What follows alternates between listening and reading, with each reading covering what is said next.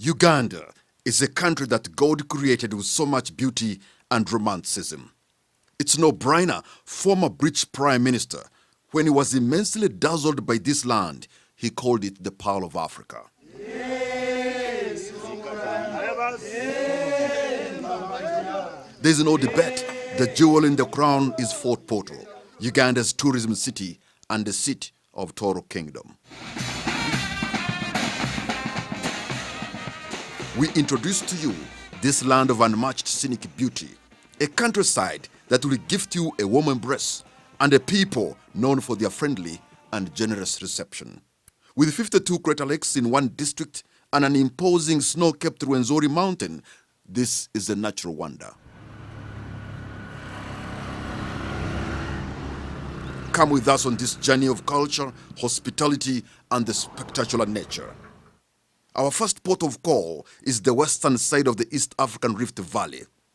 Beckoned by the allure of this landscape, we descended deep down into Semliki Valley, and all of a sudden, the chilly morning is warmed up by the natural hot springs at Sempaya. A jet of hot water is constantly gushing out from the ground. It's like being in an open-air steam bath or sauna. Local tourism is booming. Young Ugandans from Kampala and other cities are here in big numbers. Trust the Ugandan spirit. It's party after party.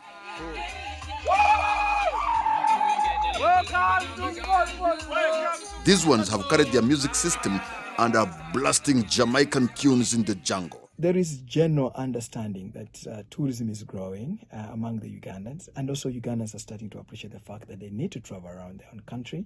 Tooro is also known as the land of Mpako, or pet names, which are like an identity code used for greetings, expressing love and compassion, gratefulness, and also they are used in subjective moments. To strike a chord with this culture and cash in on the heritage of the people, a local investor is building what he has called the Mpako village in Gweri, west of Fort Portal. As the golden yellow rays of sunset pierces through the trees down to a man-made water body, the sheer beauty of this scenery had an effect on my colleague. Goosebumps. Just in the same neighborhood is a stellar, cherubic, blissful and heavenly place. It's Tabibua Safari Resort. Perched on the shores of Lake Nyabikere, this exquisite resort is the result of an impressive architectural ingenuity, natural phenomena, indigenous knowledge, and great investment.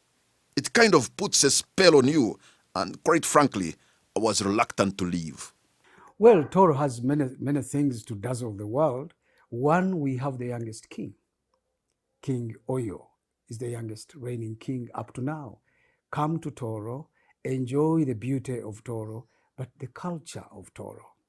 It is easy to see why the Fort Portal, the principal city of the Tooro Kingdom, is called a tourism capital of Uganda. Mirembe, mirembe abo waitu, bere mwaruga. Mirembe, mirembe, mirembe yo, bere mwaruga. Akari tuhibe ya mubenda gutamba yasinga kyegego kabarore haigure ebirungi hangirizo wantale mujuiga.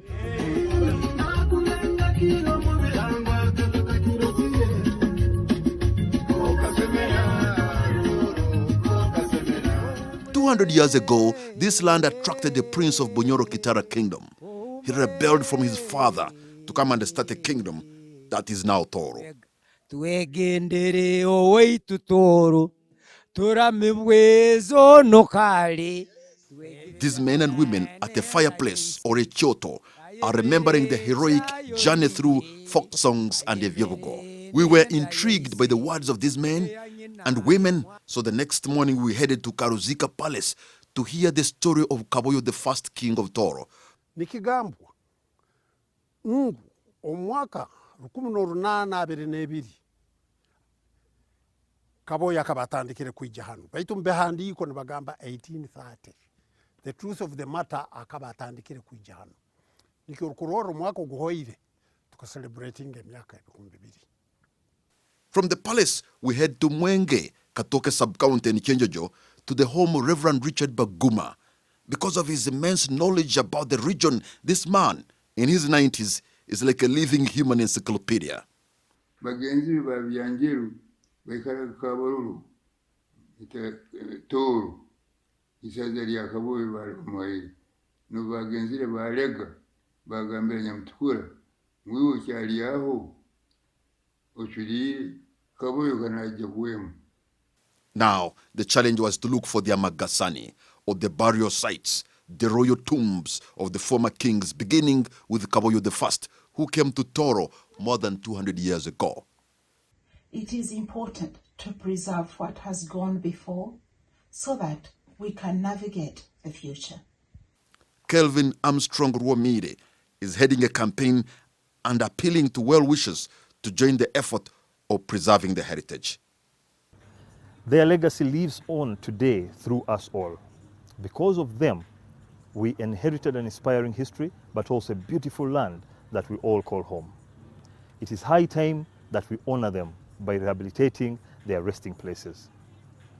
We'll have to do this in a traditional and cultural acceptable standard.